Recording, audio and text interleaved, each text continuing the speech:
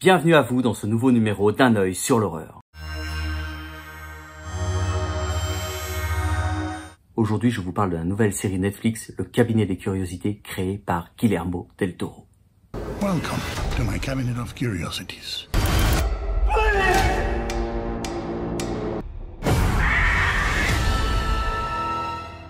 Ces deux épisodes ont en commun des personnages principaux criblés de dettes. Lot 36. Are you curious? Attention, ce ne sont pas des dettes contractées avec n'importe qui, mais avec la mafia.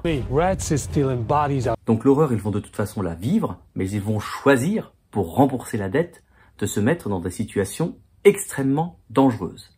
Le premier épisode porte sur ces forces qui nous dépassent. La série s'ouvre sur la débrouille Made in USA. En effet, les personnages sont constamment dans un système D pour essayer de s'en sortir, le tout sur fond de première guerre du Golfe. Bien que différents de caractère, les deux personnages principaux de ces deux premiers épisodes sont chacun travaillés par de profonds traumatismes. En effet, le cauchemar et les épreuves difficiles ne sont jamais loin dans l'univers de Guillermo del Toro.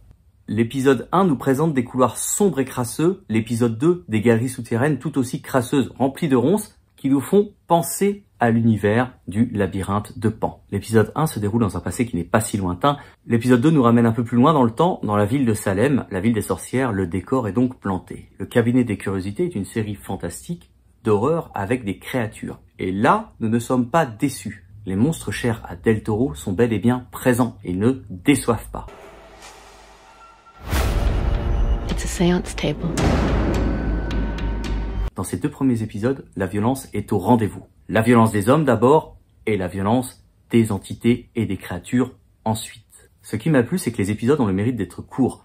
De plus, le fonctionnement avec un narrateur au début, à savoir Guillermo del Toro lui-même, c'est quelque chose qui me plaît particulièrement dans les séries fantastiques d'horreur ou de suspense. Ça me rappelle bien évidemment La Quatrième Dimension, Alfred Hitchcock, ou dans un autre genre, Les Contes de la Crypte. Quand il s'agit de parler mystère, le narrateur en introduction est toujours, selon moi, une formule gagnante. Like Ouija board séance. A bit more serious than that.